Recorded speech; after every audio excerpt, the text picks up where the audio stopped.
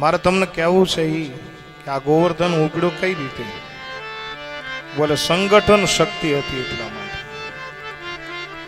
નહીંતર ભગવાન તો બધી રીતે સમર્થ છે, એને કાંઈ કોઈની જરૂર ન પડે. મારો રામચરિત માનસ ત્યાં સુધી કહે કે ભ્રકુટી બિલાસ સૃષ્ટિ લય હોય, એક ભ્રકુટી ભ્રંગની અંદર સૃષ્ટિનો ઉથલ પાથલ કરી નાખે સાહેબ. આ ભગવાનને કાંઈ કોઈનો સહારાની જરૂર ન હોય, પણ છતાંય ગોવાળિયાઓને હારે રાખી અને એવું કીધું કે હું ગોવર્ધન ઉપાડું, તમે બધા લાકડીના ટેકા રાખો. અને એવું જ બન્યું. ભગવાન કૃષ્ણ પરમાત્માએ જ્યારે ગોવર્ધનને ઉપાડ્યું, 7 વર્ષના બાલકૃષ્ણ, આખો પ્રસંગ સંગઠનની મહિમા સમજાવી જાય છે. આ ખાલી લીલા નથી, આ રહસ્ય છે. આપણે માત્ર ઉપર ચડવું ઈ જ કે ભાઈ ભગવાને ગોવર્ધન ઉપાડ્યો, પણ શા માટે ઉપાડ્યો? કથા ઈ શીખવે છે. આ આખો પ્રસંગ સંગઠનનો મહિમા મને તમને શીખવી જાય છે. ભગવાન કૃષ્ણએ આખા જગતને દેખાડ્યું, ડાબા હાથે ઉપાડ્યો, જમણા હાથે નહીં. ગોવાળિયાને કીધું થોડો ખોતરો, ભલે વરસાદ આવતો, ભીનું થઈ ગયેલું, લાકડીઓથી બધા થોડુંક ખોતર્યું, હાથ જાય એવું કર્યું. અને ભગવાને ઐશ્વર્ય લીલા કરી, આંખની મદદથી આખા ગોવર્ધનને હલાવ્યો. હેલ્યો ને એટલે શ્રદ્ધા બંધાણી, વિશ્વાસ બંધાણો કે આવડો મોટો ડુંગરો જો હલી જતો હોય તો ઉપડે ખરો.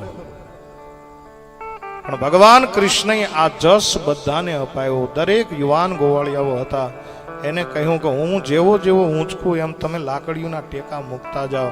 જેમ જેમ ગોવર્ધન ઊંચો થતો ગયો, હજારો લાકડીઓના ટેકા વડે ભગવાન શ્રી કૃષ્ણચંદ્ર પરમાત્માએ ગોવર્ધનને ઊંચો કર્યો છે. આ શું છે? સંગઠનનો મહિમા છે.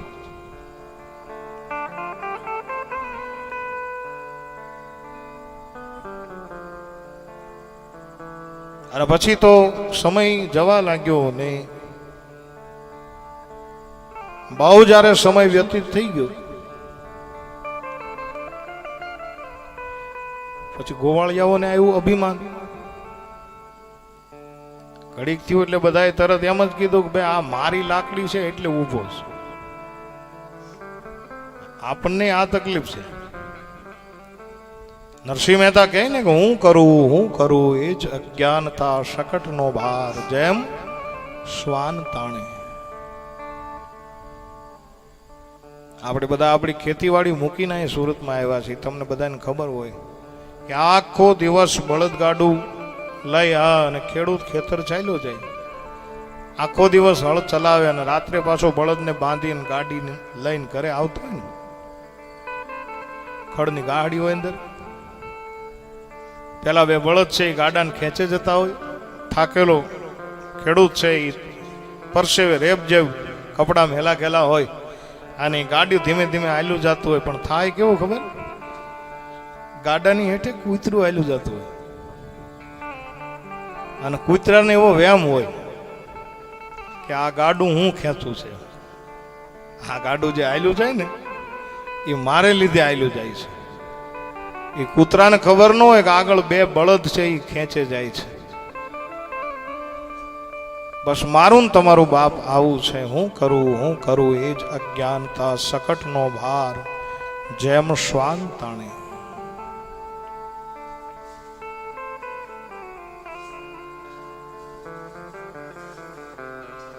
ગોવાળિયાઓને અભિમાન આવ્યું કે કૃષ્ણ તો ઠીક છોકરું છે, આપણી બધાની લાકડીઓ છે એટલે ગોવર્ધન તોળાઈ રહ્યો છે.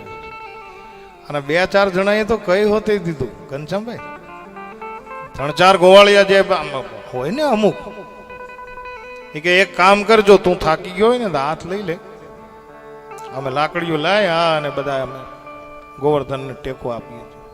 ભગવાન કૃષ્ણ કહે છે કે બધી વસ્તુ આવે હું ચલાવી લઉં, પણ મારા ભક્તોને અભિમાન આવે એ હું ન ચલાવું. ભગવાન કૃષ્ણએ કીધું તો પછી હાથ લઈ લો. બોલે આ હાથ લઈ લે, અને જાય હાથને છોડ્યો.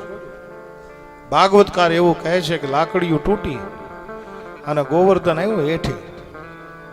ખરેખર લાકડીઓ નહોતી તૂટી, આ બધાના જે અભિમાન હતા ને અભિમાન તૂટ્યા અને બોલી ગયા. ન બોલવું હોય તોય બોલી ગયા. કે લેજે નગર હમણાં જો આ પડશે તો રોટલો થઈ જાઉં નીચે બધા.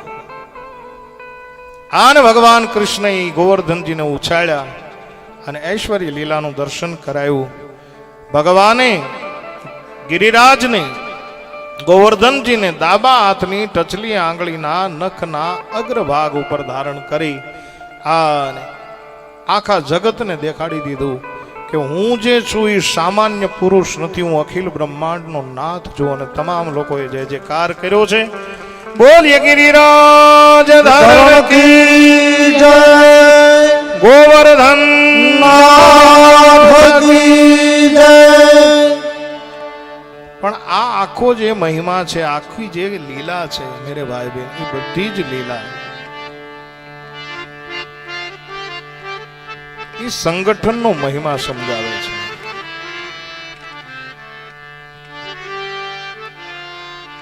કે તમે જો સંગઠનની અંદર રહેશો તો તમને કોઈ તોડી નહીં શકે.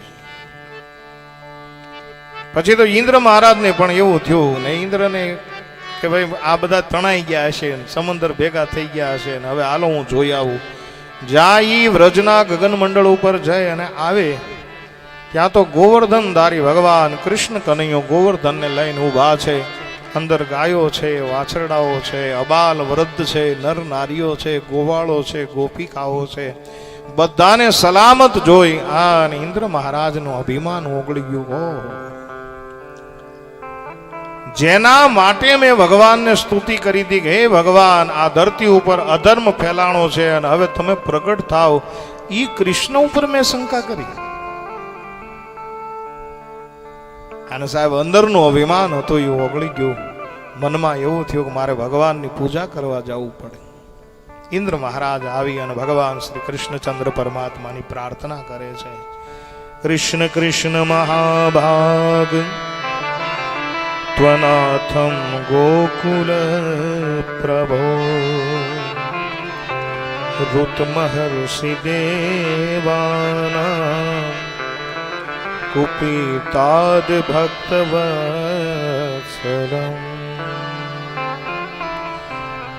નમસ્તુભ્યં ભગવતે પુરુષાય મહાત્મને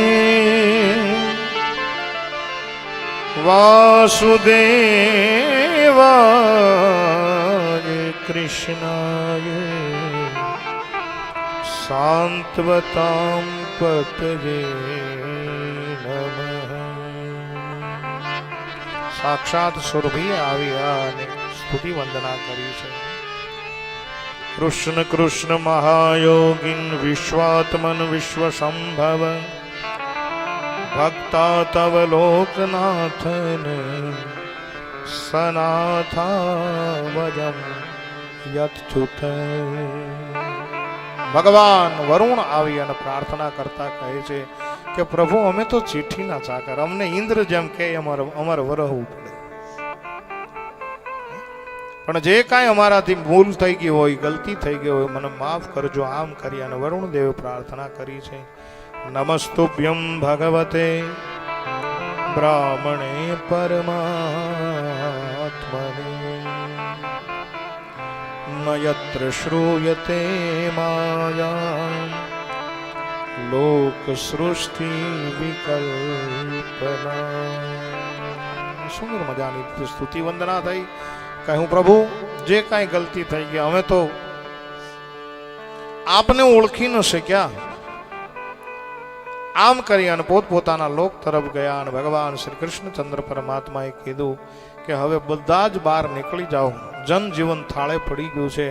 ભગવાન કૃષ્ણએ ગોવર્ધનને મૂક્યો, હજી સુધી કોઈએ તલ ભારે ન્યાથી નથી ઉચક્યું.